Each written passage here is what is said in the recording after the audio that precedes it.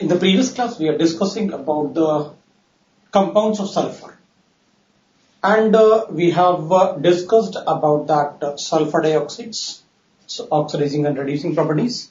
Now we can discuss about that another compound of sulfur that is a very important compound, where we say that is sulfuric acid.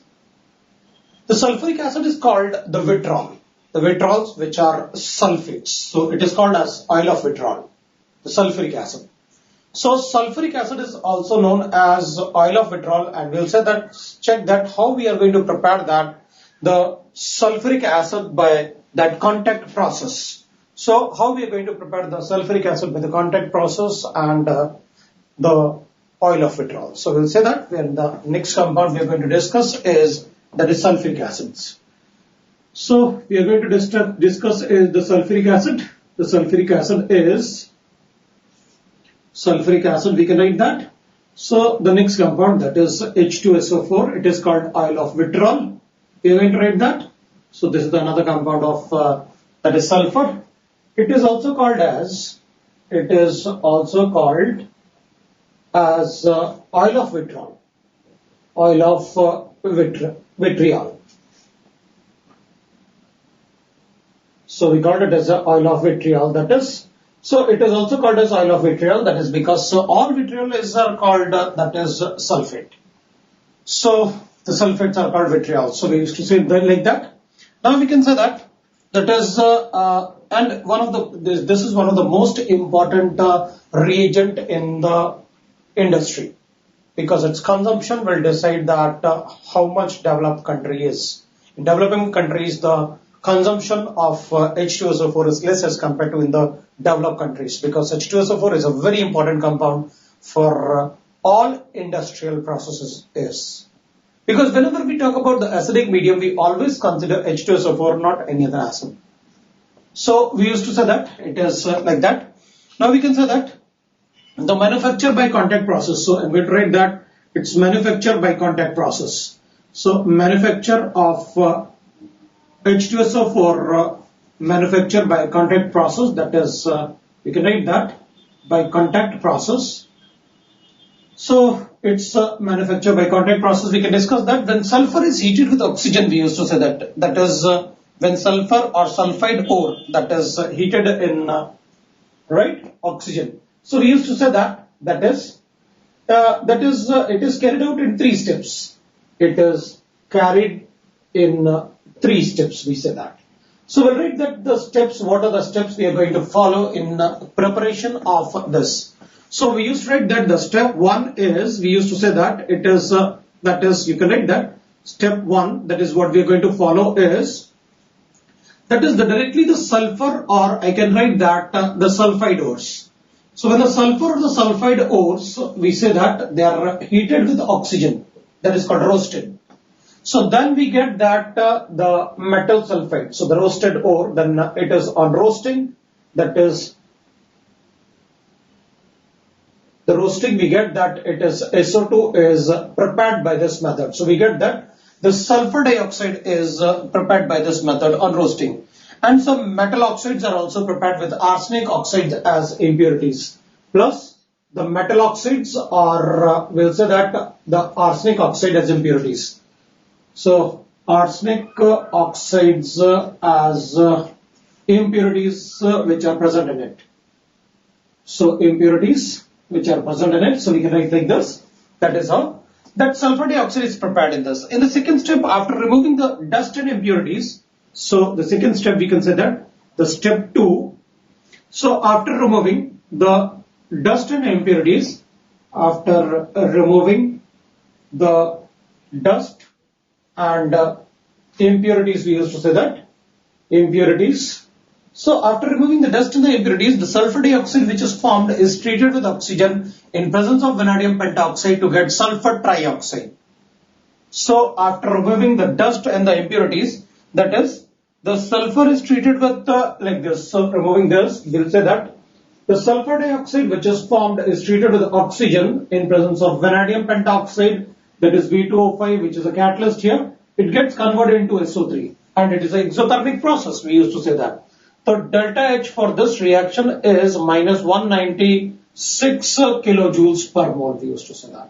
So that is how the delta H of the reaction is, we used to say that. So it is around 196 kilojoules per mole. That is what we get in the reaction is. Now in this case we say that it is an exothermic reaction, the volume is going to be decreased. So we know that it is exothermic reactions, thermic reactions, and the volume from that, the volume in this case, 1 volume of this, 0.5 volume of this, and it converts into that we can write like this also, it doesn't matter, we can say that it is like this.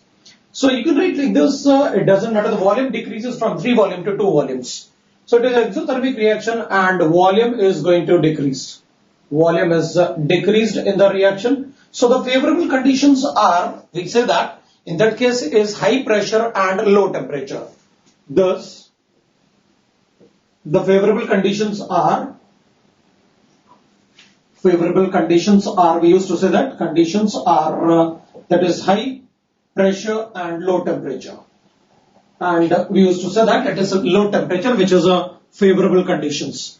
So this is the favorable condition temperature. Because it is an exothermic reaction and it is an exothermic reaction, the volume in the reaction has been increased. So the favorable condition is this for maximum yield. So for maximum yield we say that for maximum yield. Whereas the conditions are, we used to say that is, so we say that the conditions are the temperature is around 720 Kelvin. 720 Kelvin and the pressure is 2 atmosphere. Actually, the temperature is high. 720 Kelvin is a high temperature. So that temperature is because to increase the rate of reaction. So here, the temperature is increased to increase the rate of reaction. Temperature is increased to increase the rate of reaction. Increase the rate of reactions. We used to say that to increase the rate of a reaction. We used to say that. So actually the temperature should be less because it is a exothermic reaction, but we increase the temperature so that the rate of reaction will increase. Otherwise the reaction will be very slow. So otherwise the reaction will be slow because at this condition we know that temperature is low, then the rate of reaction will become slow because of the decrease in the rate constant. So the temperature is 720 to increase the rate constant, the value of rate constant, so the rate of reaction increases. Now we can write that the step 3. So step 3 is the SO3 gas, which is, right? So the SO3 gas liberated. So the SO3 liberated is absorbed in the H2so4. The liberated in the step 2 is absorbed in concentrated H2so4 to form. Liberated is absorbed in concentrated H2so4 to form the compound called as oleum. So absorbed in concentrated H2so4 to form the compound called as oleum. Compound called as oleum. So oleum is that is H2so4 that is formed. So I'll write like this, SO3 plus H2so4, we get that as H2so4, that is called the oleum. The oleum is formed in the reaction. So that is how we can write that. So it is absorbed in concentrated H2so4 and we get the oleum, that is, right, the pure H2so4. So it is, the oleum is 96 to 98% pure H2so4. Pure H2so4. Right? The required concentration of H2so4 can be made by diluting this oleum. The required concentration can be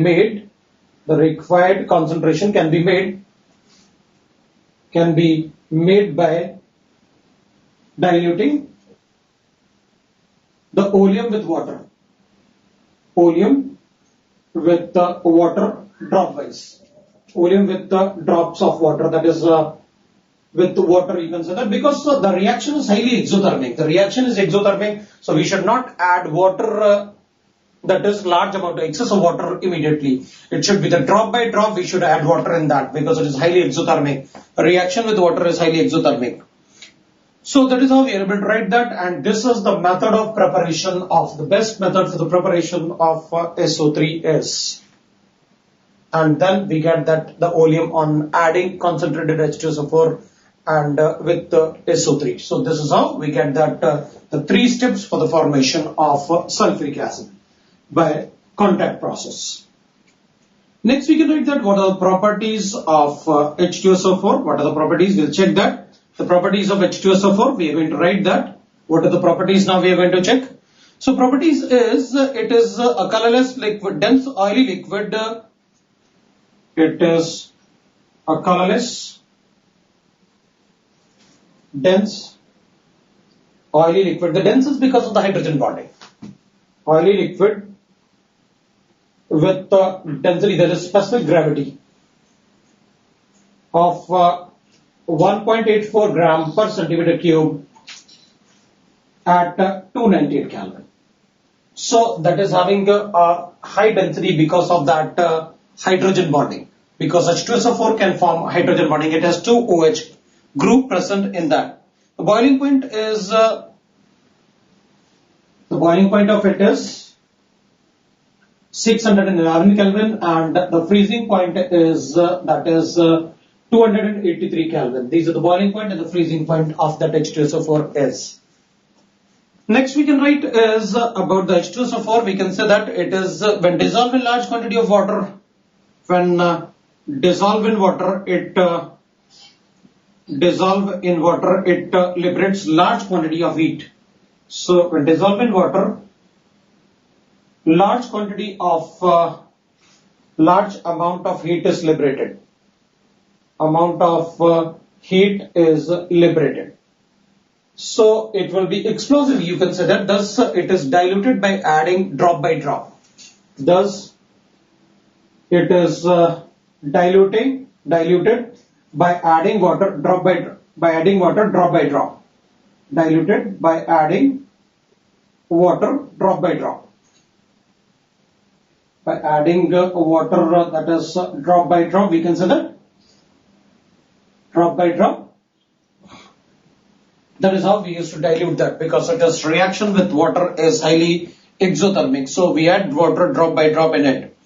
So we say that another one, we can say that the characteristics of that. So characteristics, we can say that it is low volatility because of hydrogen bonding, right? That is, it has low volatility due to H bonding. H bonding, we can say that. Due to hydrogen bonding, it has low volatility. Then it is, we'll say that, then strong acidic character. Strong acidic character. That is character. It dissociates in 2 steps. It dissociates in water in 2 steps. In 2 steps. As we can say that the 2 step of dissociation of that is like this, that is H2so4 will completely dissociate into H plus ion and HSO4 negative ion. The Ka1 for this is around, that is 10, and the HSO4 negative ion, that is going to dissociate to form, it will establish an equilibrium H plus ion plus sulfate ion, and in this case the Ka2 for this is 1.2 into 10 to the power of minus 2. So it is the second step in which the equilibrium occurs, but in the first step there is no equilibrium, it is dissociated completely. So in first step it is dissociated completely, whereas in the second step it established the equilibrium. So we can say like that.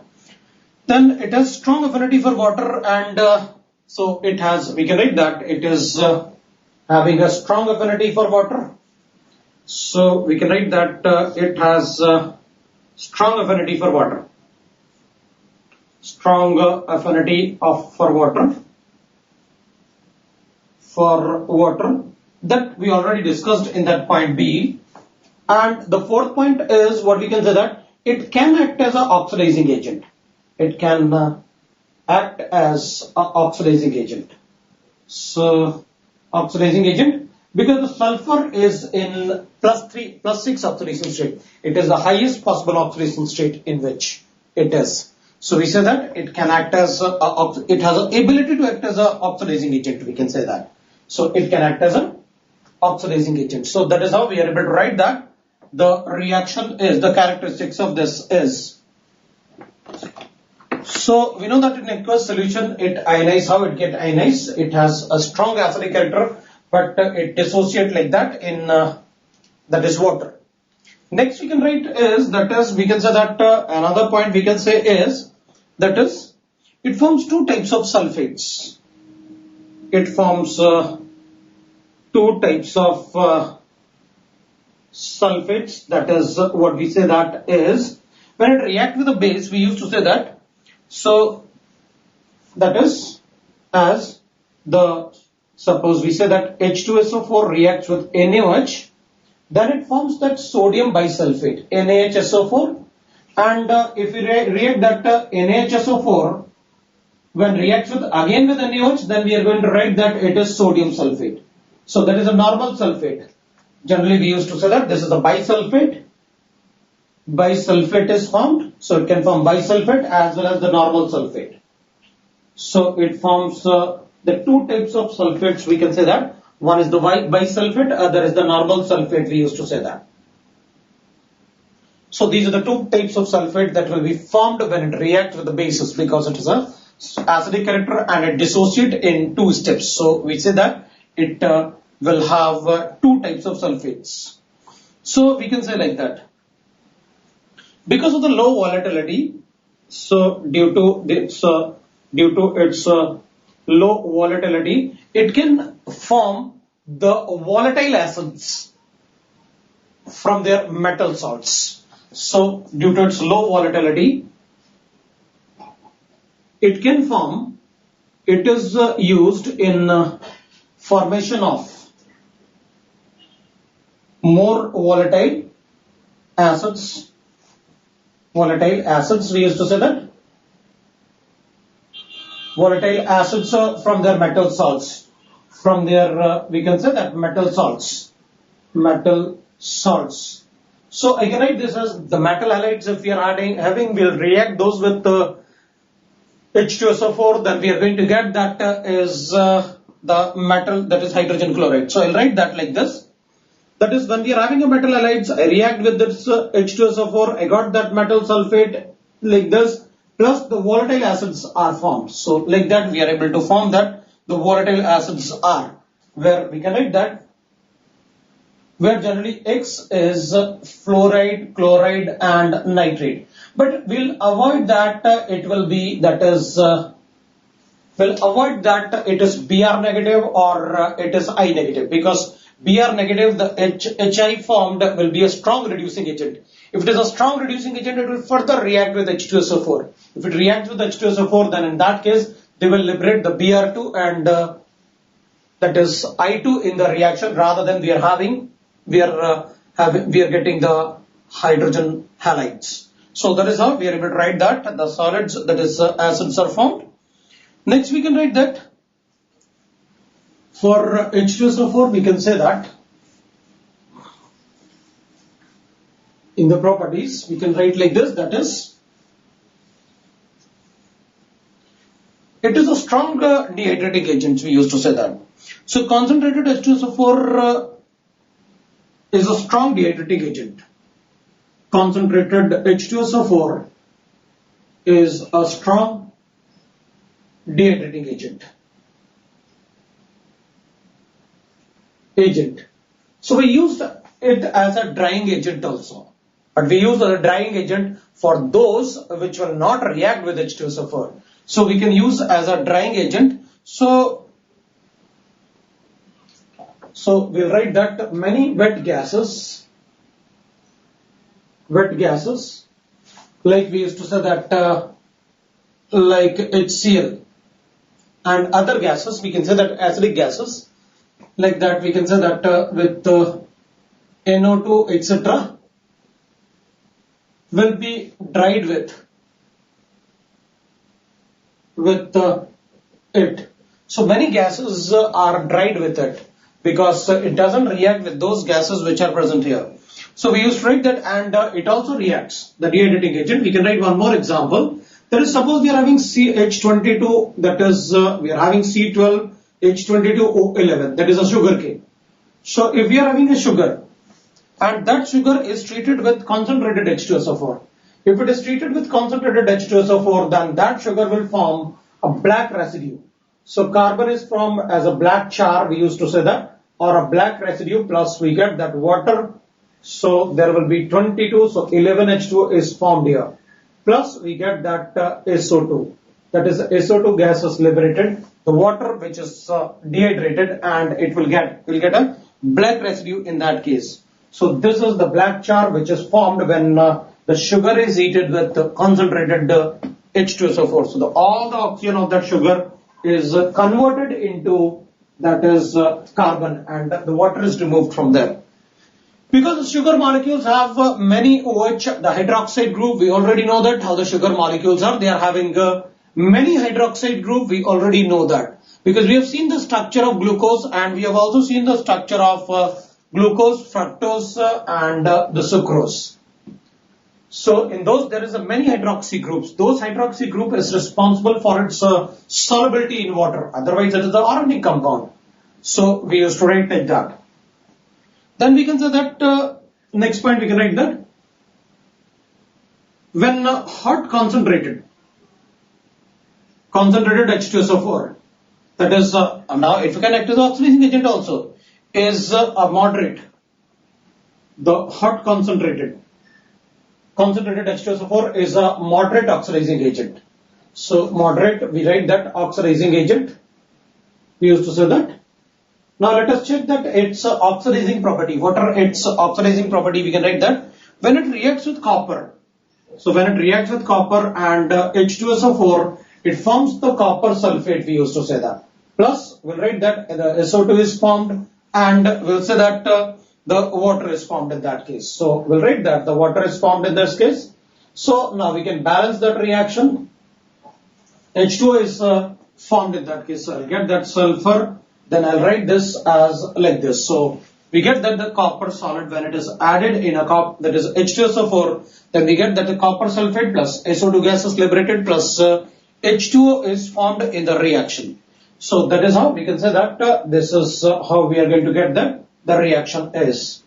So here copper from 0 to plus 2 it get oxidized. So this is going to act as an oxidizing agent, and sulfur plus 6 to plus 4 has been reduced. So it is an oxidizing agent, what we can say.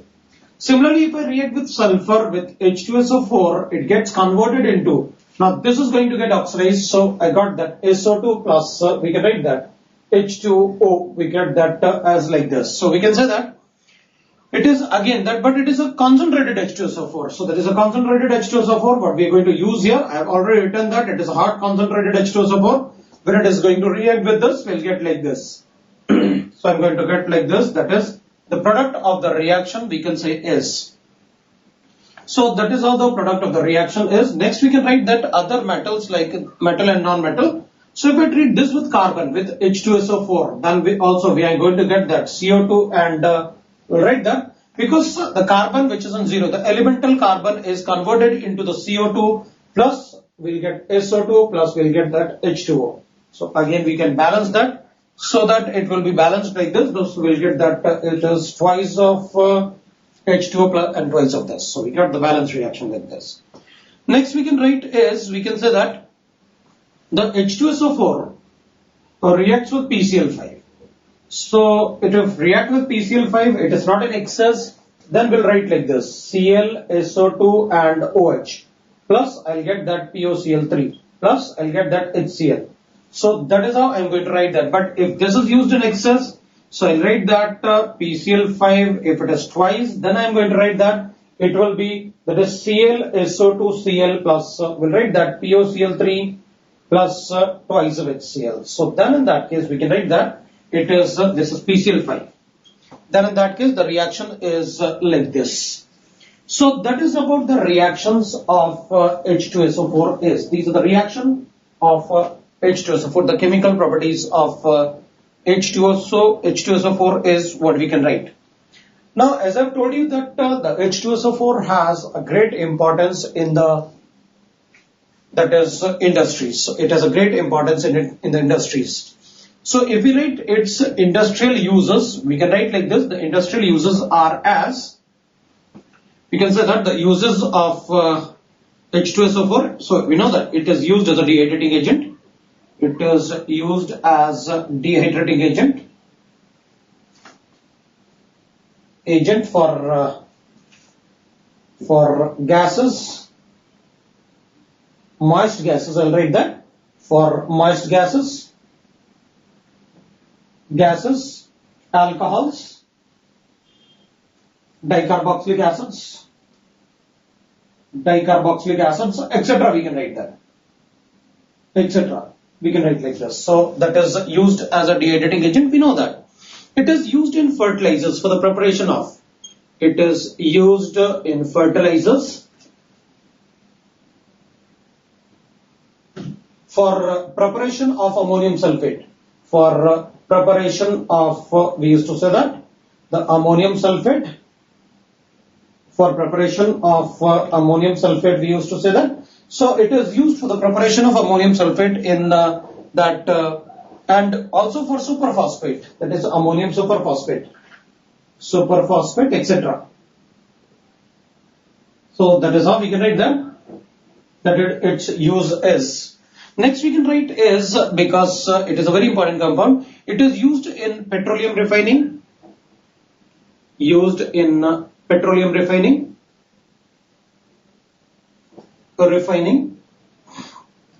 Right? It is used in fertilizers, petroleum refining, the pigments, dye steps, that is the pigments in dye steps, preparation of dyes,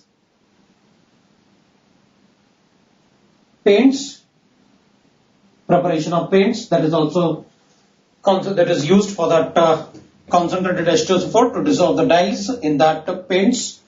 Then the detergents industries. Detergent. We know that the sulfuric acid is a detergent, whereas the higher fatty acids. But if it is the sodium salt is used, then it is a bathing soap. But if it is a sulfuric acid with H2so4, it is detergents. So manufacture of detergents, metallurgical process.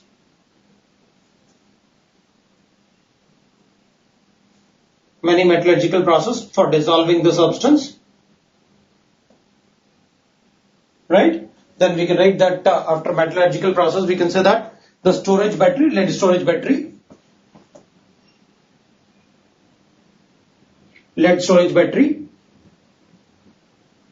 Then we used to write that it is manufacture of nitrocellulose, that is manufacture of nitrocellulose, etc. we can say. These are the uses of that is H2so4, the concentrated H2so4. So these are the uses of sulfuric acid. So it has a great importance in the industrial, right, field. So you can see that in almost everywhere we are going to use that H2so4. That's why I've told you that the consumption of this will decide that how much progress the country is making, because its consumption will produce many compounds in the industries. Next we can write that is the next compound we can write is we can say that is H2s, hydrogen sulfide we can say. So the next compound what we can write is hydrogen sulfide.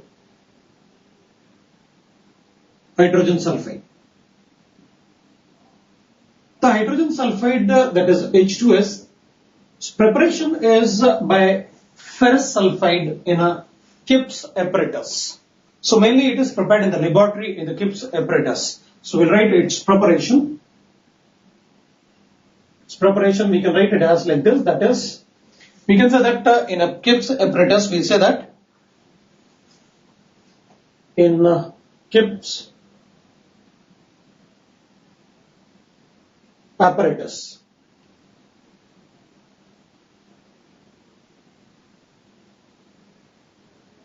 So in a Kip's apparatus, what we say that is when FeS is treated with H2so4, it converts into FeSO4 plus H2S is liberated.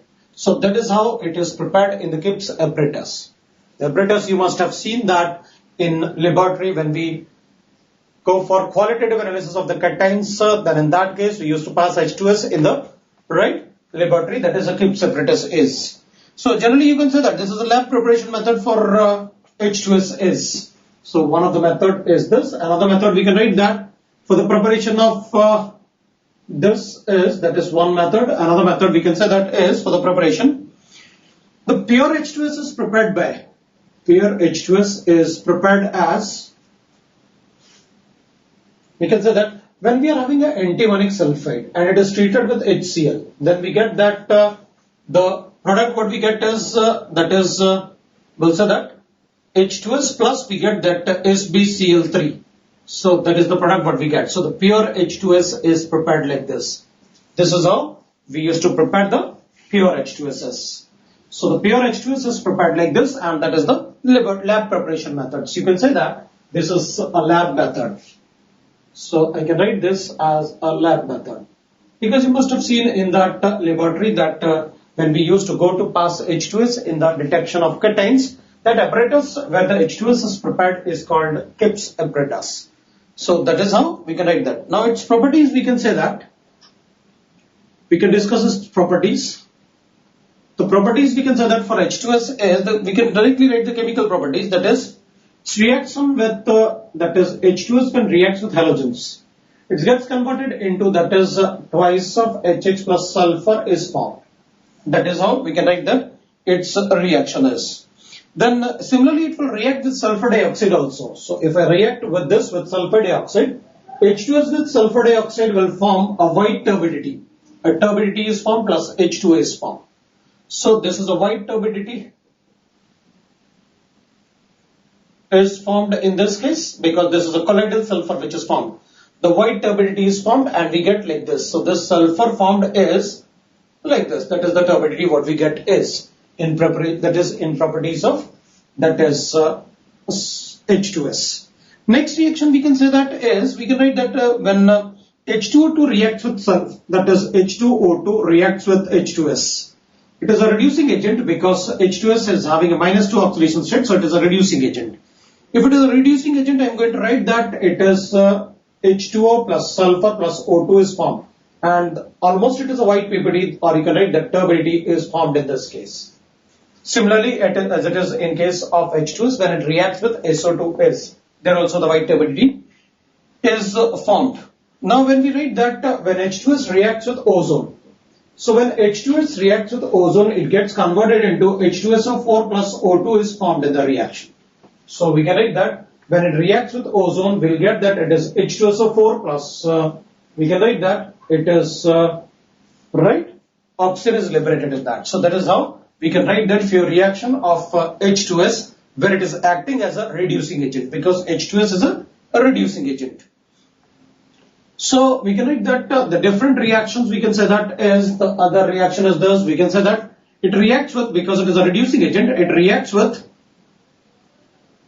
the other reaction we can say that is, it reacts with MnO4, the other reaction we are writing that is it reacts with MnO4 negative, it reacts with Cr2O7 negative, that is potassium dichromate. It will react with even H2so4 to SO2. We can write like this. So even it will react with H2so4 to convert into SO2. So that is how we can write its properties of H2so4. Then we can write that that is formation of polysulfides. Formation of polysulfides, you can say that sulfides.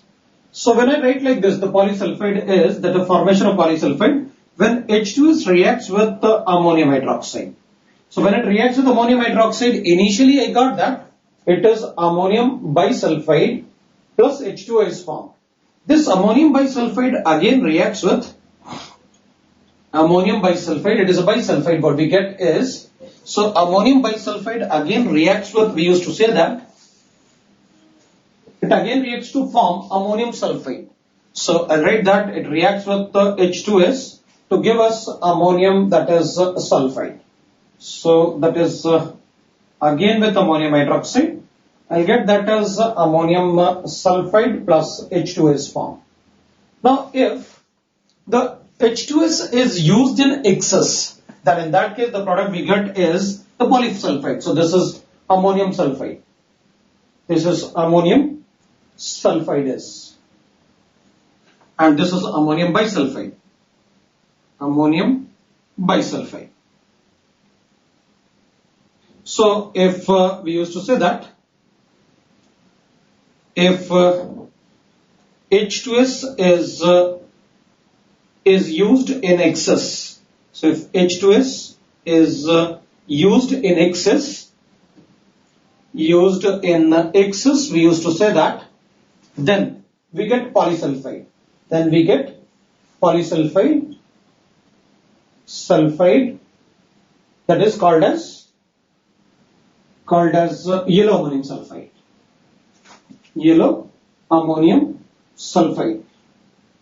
You must have remembered that the use of yellow ammonium sulfide, that is right, the yellow ammonium sulfide that is used to distinguish between the group 2A and 2B in that qualitative analysis. The yellow ammonium sulfide, if the precipitate dissolve in yellow ammonium sulfide, it is of group 2. If it doesn't dissolve, it is of group A. Also, it is highly selective, yellow ammonium sulfide. It reduces NO2 into NH2 and only one NO2 into NH2 at a time. So we used to write that it is ammonium hydroxide when it reacts with, we'll say that H2S in excess, that is, we can write that is XH2S. Then we are going to write that it is the ammonium, we used to say that, right, we'll get polysulfides where X is, right, this is how we used to represent that ammonium polysulfide is, and we get that it is X time, that is H2. This is yellow ammonium sulfide is. This is yellow ammonium sulfide.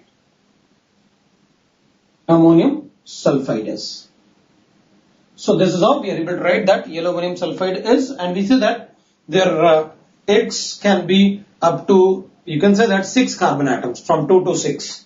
So where X is 2 to 6, we can say that yellow ammonium sulfide. So this is how we are able to form the polysulfides is. So that is about the H2S. What we can write is, so this is about H2S. We can write that in this class is, that is, we have discussed the H2so4, the very important compound of sulfur, and H2S also the very important compound of sulfur. I'm not writing all those reactions that we get that what we have discussed in quantitative analysis, because we know that if we write like this, suppose that is its reaction with, we can say that its reaction with ions in qualitative analysis.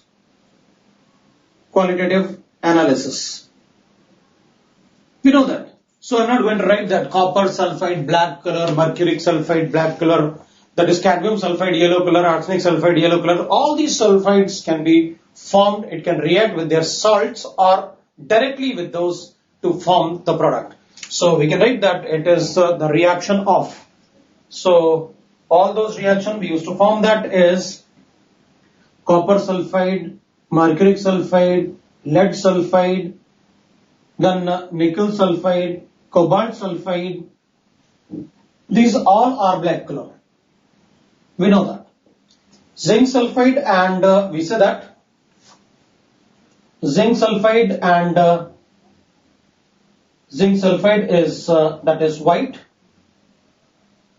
PPT, all these are precipitate. What I'm writing is, so zinc sulfide is white, cadmium sulfide and arsenic sulfide are yellow. We used to write that. Antimony sulfide is, we know that how it is. It is orange. The antimony sulfide. So like that we can write that almost all the sulfides what we have studied is. So this is about those sulfide and H2S is. So that is all in this class. In the next class we'll discuss few more compounds and the structure of oxyacids. and the structure of sulfur, the oxyacids of sulfur. So that's all in this class. In the next class we can discuss about the oxyacids of sulfur and the sodium thiosulfate, that is a hyposolution. So that's all in this class.